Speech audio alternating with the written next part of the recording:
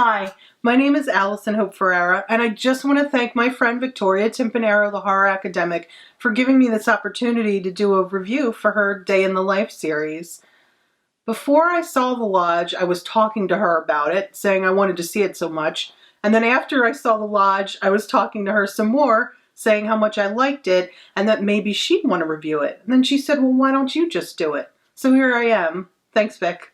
So The Lodge is a 2019 Hammer film production from the very famous British horror house, Hammer Films. Very cool.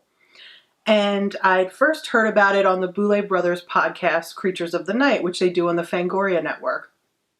And I trust those ladies' opinions so much. I'm a huge fan. And they both described it as a creepy, slow-moving psychological horror. And I said I'm all in. I'm all for that. So it was written by Severin Fiala, Veronica France, and Sergio Cassini. And Fiala and France also directed this. They're an Austrian duo, most well known recently for their 2014 horror film, Goodnight Mommy. So in the film, we have a son, daughter, stepmother, father, and fiancé. Son's played by Jaden Martell. His name's Aiden, and we will know him most recently from It Chapter 1 and 2, the new films made from Stephen King's most fabulous novel, It. I have a lot of opinions on that too, but that's in another show. And if you check out the Brook Reading podcast with my best friend Melissa Sack, you'll hear me on numerous episodes of us dissecting It, the movies, the book, and the TV series. And Victoria comes up on a few of those episodes too. You guys should check it out after this.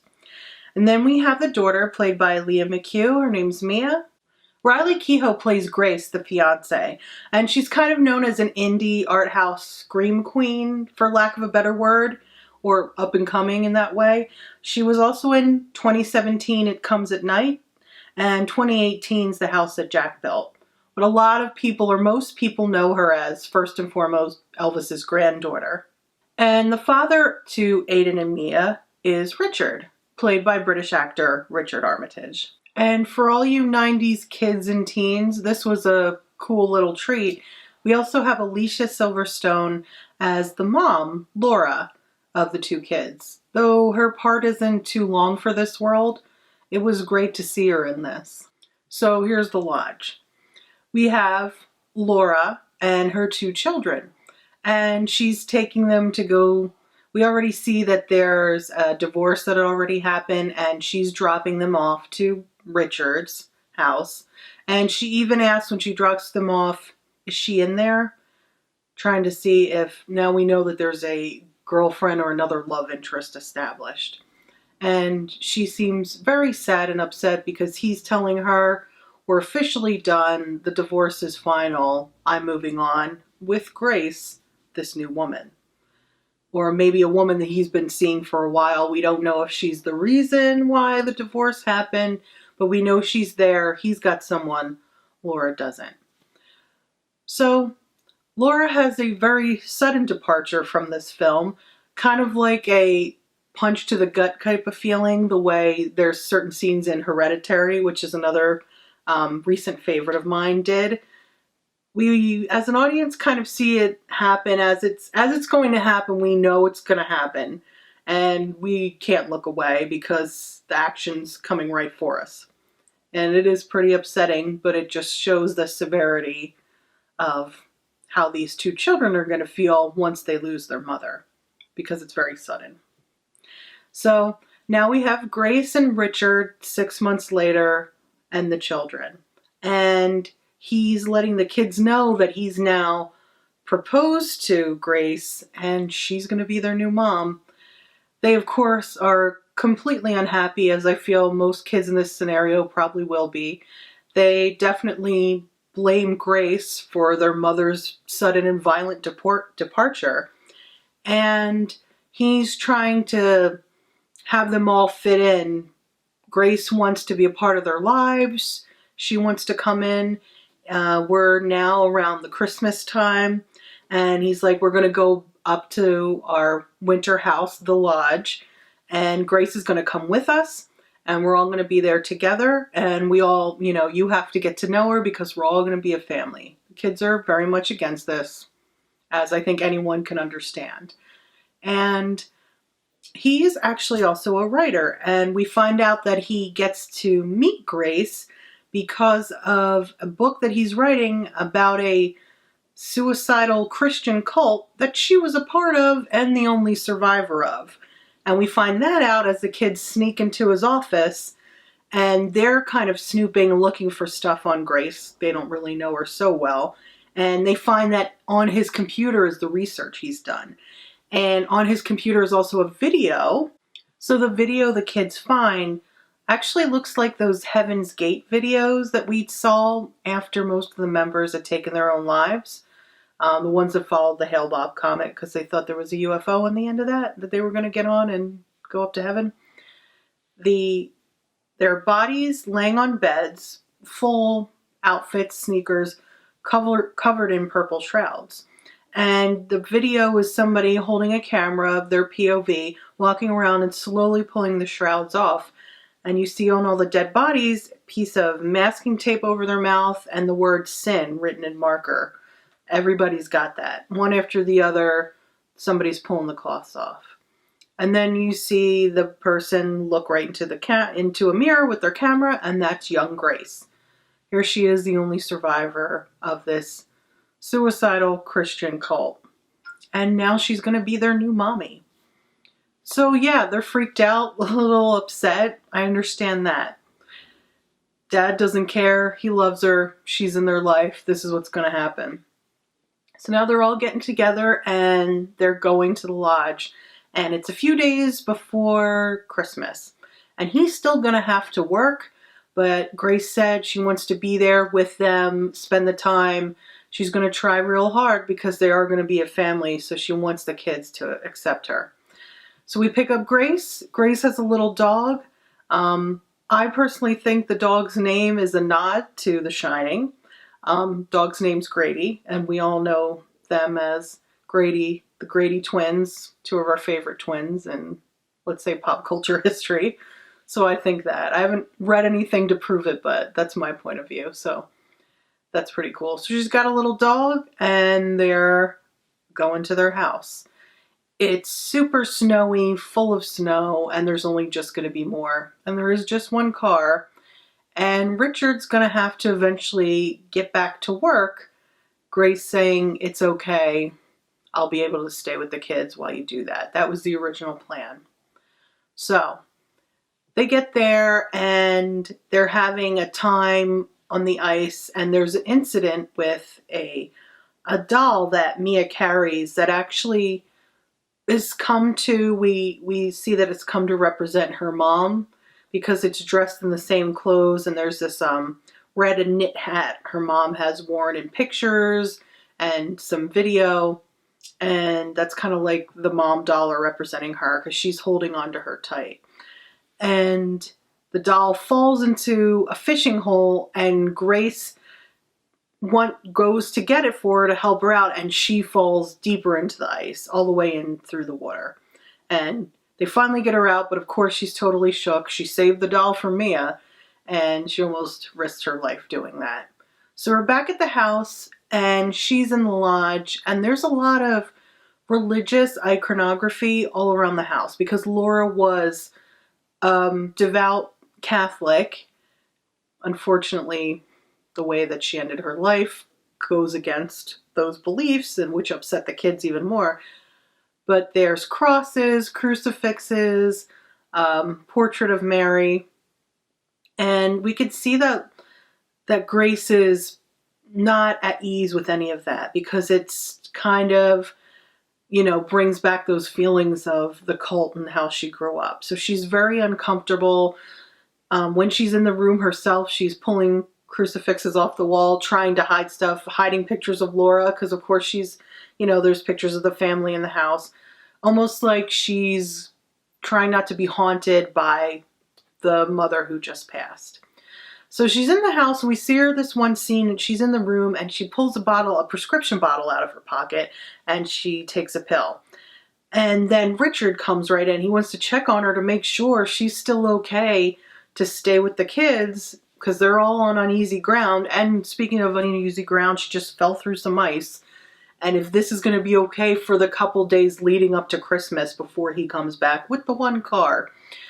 And she's quickly hides the bottle behind her back when he comes in. So as much as he knows that she's from a sole survivor of a suicidal cult, he doesn't know that she's on prescriptions. And we can assume that it's maybe an antipsychotic or something like that, something that she would have to be on to help her with the trauma.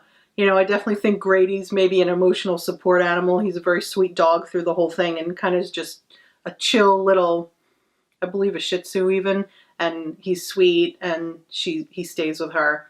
And then she's got this prescription that she hides, so he doesn't know the whole story anyway. So the kids really don't know the whole story, but even Richard, who's about to bring her into their lives, doesn't know the whole story.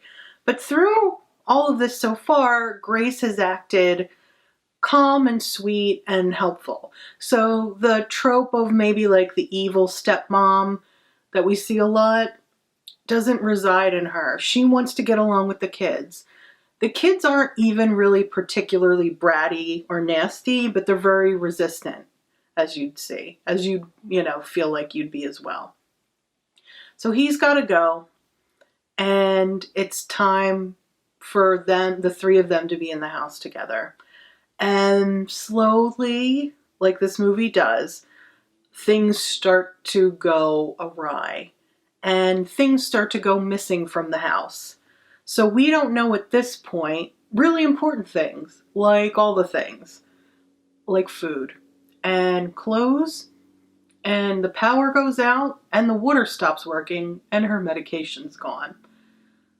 And through all of this, we are kind of seeing her point of view of things, where she'll hear something in the distance that sounds like the preacher from her past speaking the scripture that they would believe in, or the words that he would tell the cult, or see flashes of his face, or when she's looking at the religious art, it's kind of freaking her out.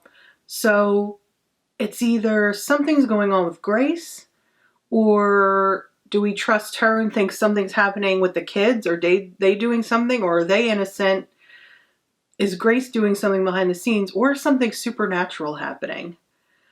So it kind of, I love the film that it kind of lets you believe. It doesn't just show you, here's the bad guy, here's the good guy, which is more realistic, because in the real world, there's usually humans with all kinds of stuff going on. And it makes you wonder, as these events unfold, what's really happening. There's definitely some, I don't want to say delusions or visions that Grace would have, that you wonder, is she just now hallucinating stuff because her medication's gone, and that's something that would have curbed that. So we don't really know what's happening. And that's really, I guess, all I want to say about the plot, because I don't want to give the rest away. I just really loved how it was a really well acted. Big fan of child actors who do a great job. They're not just a one-note child actor situation.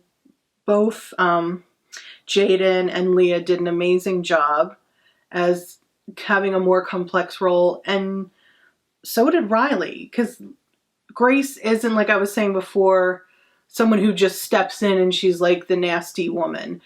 She really wants to make this work, but now they're in a horrible situation. Of course, there's a snowstorm. We can think of like a Shining kind of callback, and they're really trapped without anything in the house. Like I said, no water, no food, no electricity, and the phones are dead. You can't charge the phones anyway once they're dead. Can't get to call dad or get to town where people were supposed to be able to help them. Only having one car, I think, is horrifying, and I know that at any day and age people would do the 2-car thing, but here we are. This got to move part of the plot. But again, really great acting, I'd say, on all parts, and I really like that. And I'm more into this type of horror than a lot of the jump scare stuff that had been happening in recent years. I feel like so much was like that. And I'm already a jumpy person anyway. I spook easy. So that stuff is just tiring for me. After feeling the anxiety of a jump scare movie and going through it, I'm usually exhausted. So I love a slow burn, something like The Witch or Hereditary or The Lighthouse, and have it just kind of unfold for you. Like I said, might have said before, I love The Shining. That's one of my favorite movies. I make sure to at least watch that once a year, and I like doing it when there's preferably a snowstorm to feel the full effect. So we have humans in the house. Nobody really knows what's going on, and stuff is unraveling in a very creepy way. And there's also another element that reminded me of Hereditary too. There's a dollhouse that was in the house that Richard and his kids lived in, that we see as a replica of their cabin, the lodge. And there's dolls within it, and it kind of cuts between the scene of the dolls and them at the house. So there's a lot of what's playing out there, is it playing out here, and do they kind of echo each other? So what I also like about this movie is how quiet it actually is. There's not a lot of sound cues or score. That just adds to the creepiness factor. And the fact that it's really dark, unless we're outside in the daylight, that's also muted by all the snow and the snowstorm that's happening. It's dark corners, shadows on faces, and quiet. And honestly, what's scarier than that?